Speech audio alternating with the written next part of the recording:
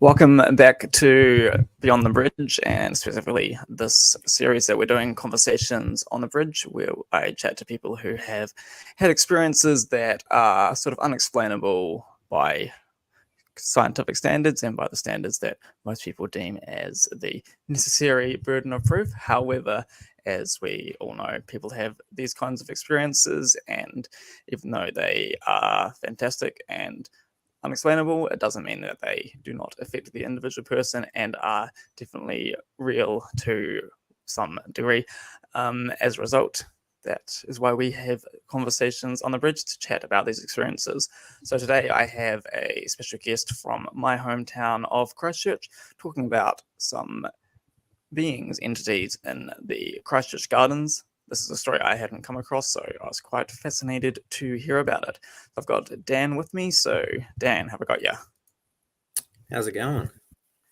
It's going good. So, yeah, you mentioned a little bit about what you have seen or what you've heard in the messages, so I will just let you go for gold. Tell everyone what you've heard, what you've seen, and then I'll ask you any questions based around what you have to say.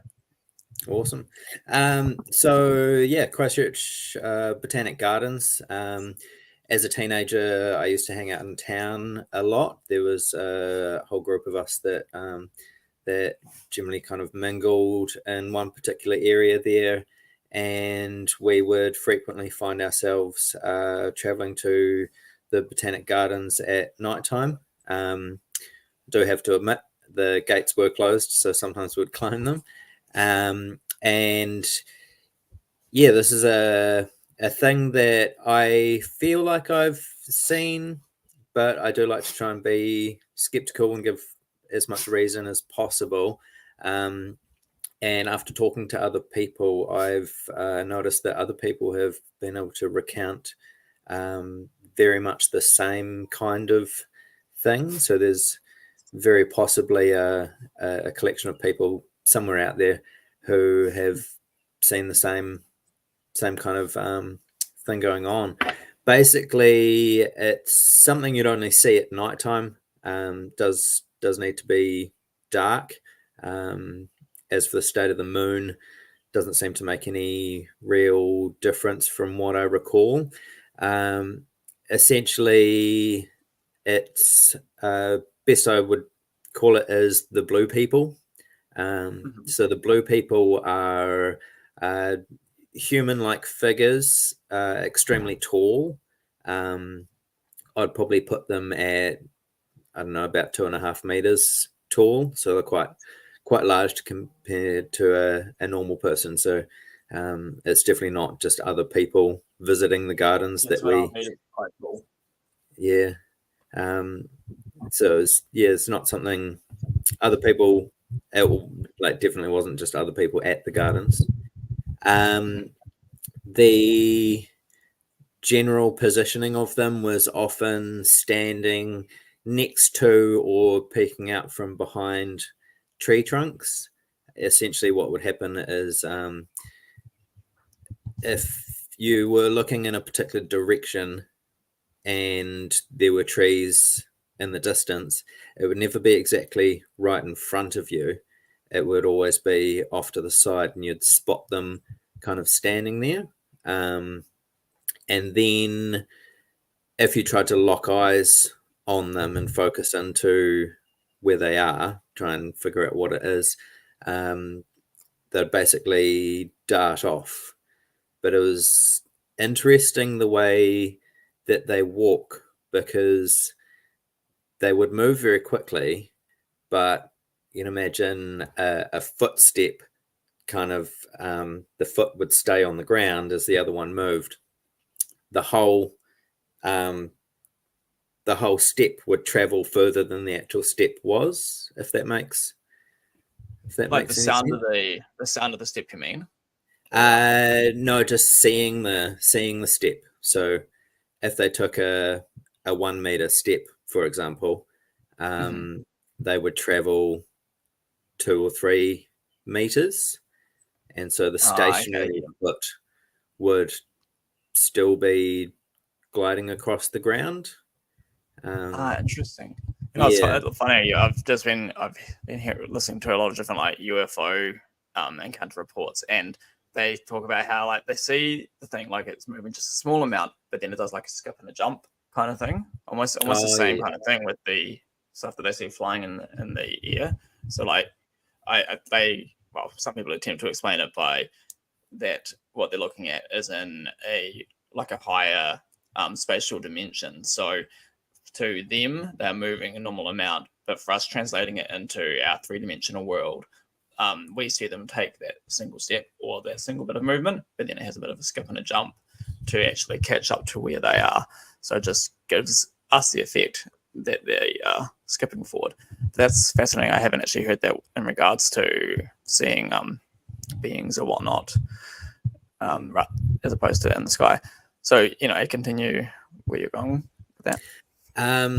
So yeah, it was basically they'd essentially walk off if you tried to look directly at them. Like I said, they'd often be standing beside tree trunks, and usually it was a case of it gave you the feeling that they were watching. They were kind of watching us. I wouldn't say it was a "what are you doing here?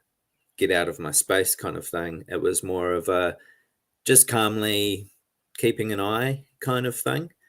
Talking to other people about it, they all had pretty much exactly the same kind of experience. They saw these figures or blue people near the trees walking off when they looked at them, always watching from generally quite a distance.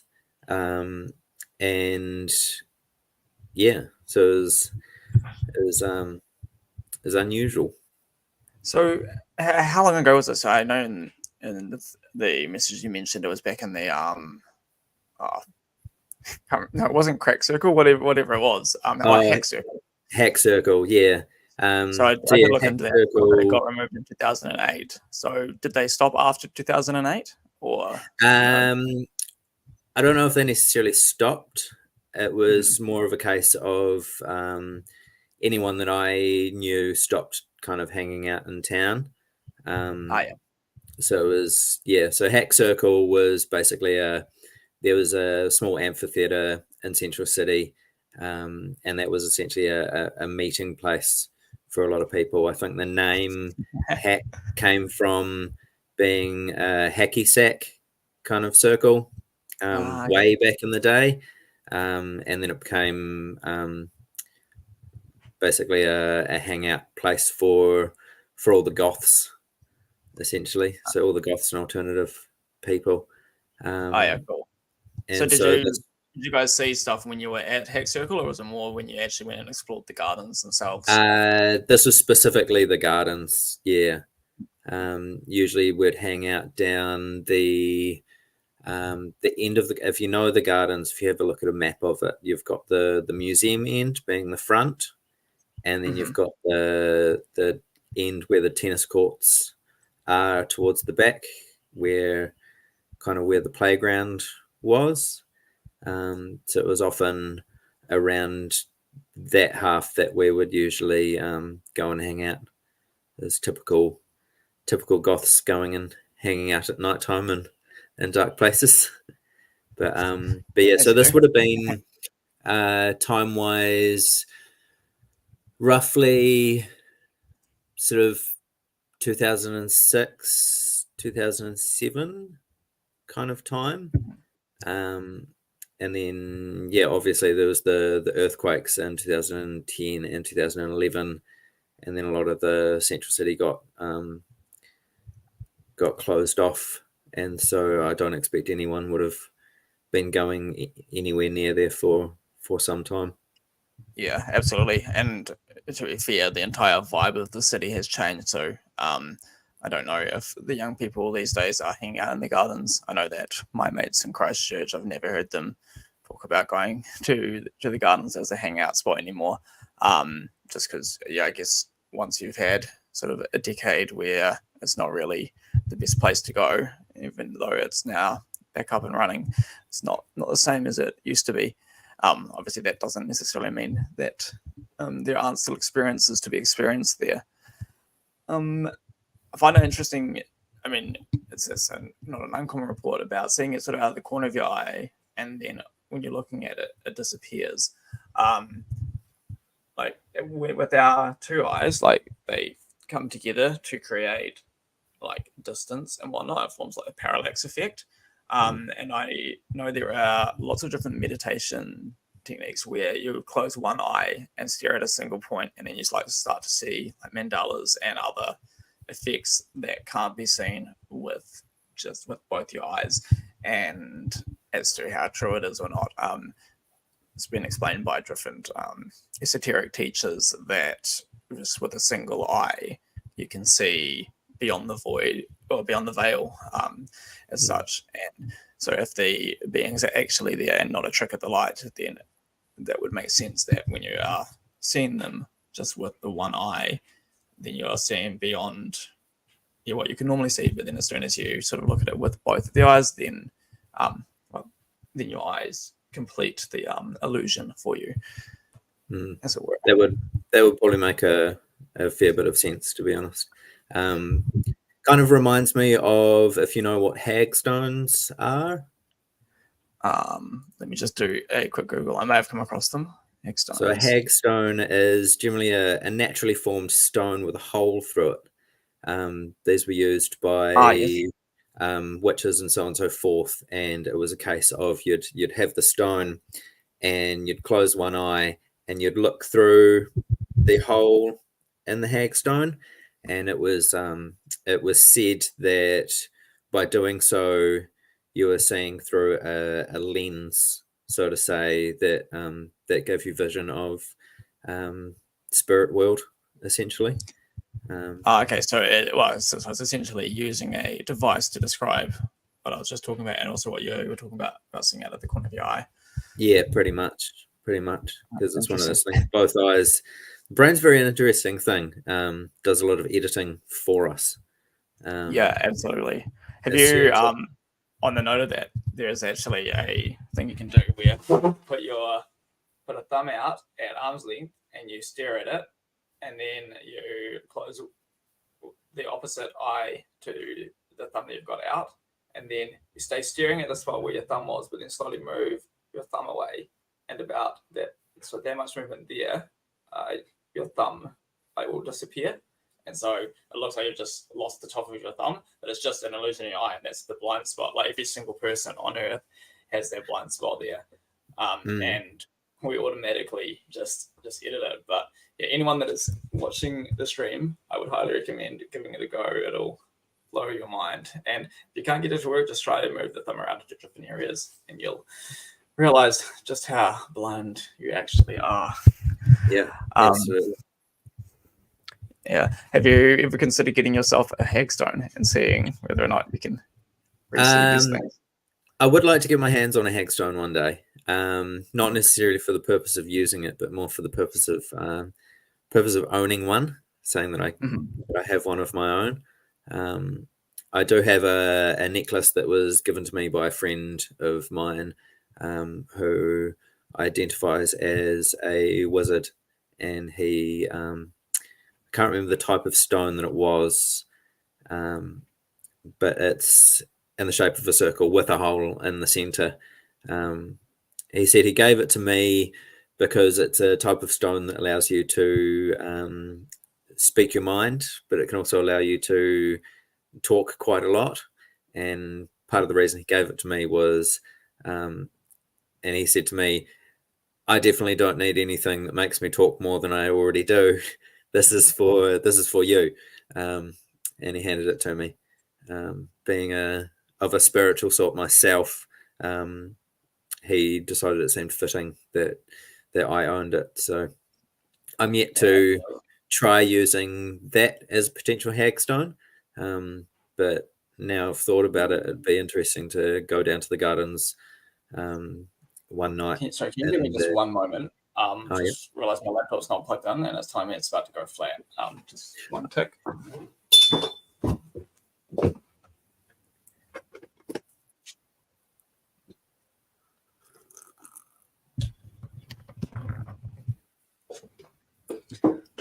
There we go, much better. I've got an ancient laptop, and yeah, it doesn't enjoy not being plugged in. So yeah, fair. me traveling, it's not quite so phenomenal actually.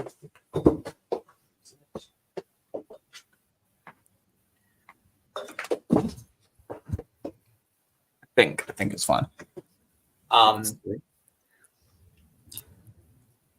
Sorry, where were we at? Oh yeah, you're saying you were going to. Oh yeah, now I think about it, I'm almost tempted to go down to the gardens one night in the evening. Since it's been so many years since I've been there or seen these out of the corner of my eye, take that necklace with me and have a go and see if I can sort of lock direct sight onto it. It was interesting though, because when sighting these blue people, if you see them out of the corner of your eye, you naturally go, oh, what's that, and try and look. You could have your eyes locked onto them while they were moving, but they moved so quickly and there's so many things in the way that they'd end up out of sight, kind of thing. I have an idea whether or not you are on board with it. What are you up to tonight? I'm in Christchurch for the weekend. Well, until tonight. Right. Tonight, I'm not doing really anything, to be honest. I do have work tomorrow, so definitely can't be up too late. But well, it gets dark at what, like 7 o'clock at the moment, or? I'll check. I usually have a good idea of when it is. 7:43. Oh, that's sunset in Queenstown, and obviously it gets darker here quicker. Oh yeah. What have we got? Met Services good at saying sunset 7:30. Oh, yeah, so some darkness would be about by 8 o'clock. Yeah, yeah. I'll flick you a message after we do the stream. But yeah, if you're interested in going into the gardens and going to the spots where you saw them, I would be keen to experience in person what you're talking about. I hadn't actually really put two and two together until I just thought about the fact that I am nearby for the day. Sweet. Yeah. So have you, outside of your garden experiences seeing the beings, have you had any other experiences of similar nature or any other odd things like that there? Not that I can think of, no. It was largely just these in the gardens that I'd spotted. I'd seen them probably a couple of times. Like I said, other people have also reported seeing the same kind of thing. Having talked to people, obviously you can never really know exactly what it is, whether it was a trick of the eye, whether there's some scientific explanation for it. I don't know, but a few people had hypothesized that possibly because that area is not covered in concrete, it still retains some of its kind of natural energies, and trees, some of them being rather old. There's a possibility that maybe they could be, you could say that they're like a guardian spirit of the natural area, and so possibly being guardians of nature, so to say. That would explain why they're watching, just keeping an eye, almost like they're making sure that you're not there to go and sort of disrespect or damage anything, kind of thing. Yeah, absolutely. And I would agree about the fact that, Christchurch Gardens is like obviously the biggest area of natural landscape in the Christchurch city area. And people going outside to ground themselves by standing on soil or grass where it hasn't been disturbed is definitely a real observable effect. And in fact, even my mother, whenever she's feeling a little bit iffy at night, she'll just go outside barefoot and walk around on the grass just to bring herself back down. So there's definitely recognized merit in having those more natural areas, and the idea that there could be beings there to look after them. Absolutely makes Yeah, sense to me. Have absolutely. you, when you were there, could you, like, you know how you can, like, you sometimes feel like your hair stand up on end on your neck, Mm. or you can like just feel that something is a bit off. Was there that kind of feeling attached to what you're seeing, or was it more just a visual and audible thing? It was more of a visual thing. There was no audible factors, and yeah, Ah, okay. I've been sort of, I guess, so to say, ghost hunting with a few friends in past years, where occasionally people would get that hair standing up effect. But no, there was never anything around in the gardens with these kinds of experiences. I suppose maybe it's a result of the fact that there's nothing off about them, Yeah, nothing or malicious. nothing malicious, or I don't know. People talk about how sometimes a ghost will stay somewhere because something's gone wrong and they haven't been able to pass on to the other side, so to say.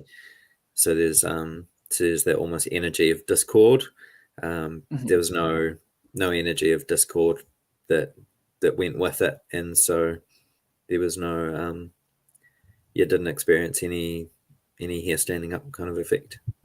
Yeah, and that does also make sense that if you aren't there to cause harm and they are not there to cause harm to people who are there to enjoy the nature, then yeah, there'd be no reason to be scared or to have that feeling that you were in some sort of trouble. Although with some of the like different UFO sightings and ones that are not malevolent, people still can get scared just because it's out of the ordinary. But I guess if you are more in tune and on point with that kind of thing, then it's not going to cause any trouble. Yep, pretty much. Oh, cool. Well, this has been a fascinating insight into my hometown, something that I didn't know about. And even before I got on the stream, I asked the family if they'd ever heard of anything, and they hadn't either. But I guess these kinds of things are kept in tight-knit niche communities, which is why we have the stream, so that these stories can be told to other people around the world, and then they might feel a bit more open about telling their own personal stories. So do you have anything else that you would like to say, or alternatively, do you have anything else that you'd like to say to every single person in the entire world, considering at some point they'll all be watching, maybe? No, nothing I can think of, to be honest. I feel like I've covered all of it. There's not really a plethora of information to go alongside my kind of my and other people's experiences, because as you said, it has been among kind of quite tight-knit niche communities, and hanging out in the gardens is not something that lots of people do very frequently. So yeah, it'd be interesting to know if anybody else has seen this, or if anybody has seen something similar in natural places like forests and things like that. Have you seen tall figures that move quite quickly, watching from the distance? It'd be interesting to know if there's more cases of anything around about that. Absolutely. Well, on that note, then, if there are anyone, if anyone is watching the replay of this and you do have your own personal story, feel free to leave it in the comments. And if you would like to talk about your own personal experience, then email me at conversationsonthebridge@gmail.com. The address is also in the comments, as well as a list of other topics that I am keen to talk about with people who have experienced such things. So with that, I would like to thank Dan again for coming on my stream and talking about his experiences in the Christchurch Botanical Gardens. And I'd like to thank all of my viewers, my listeners, the replay crew. Be sure to like and subscribe with notifications turned on for future streams and upcoming videos. With that, thank you all for watching. Goodbye.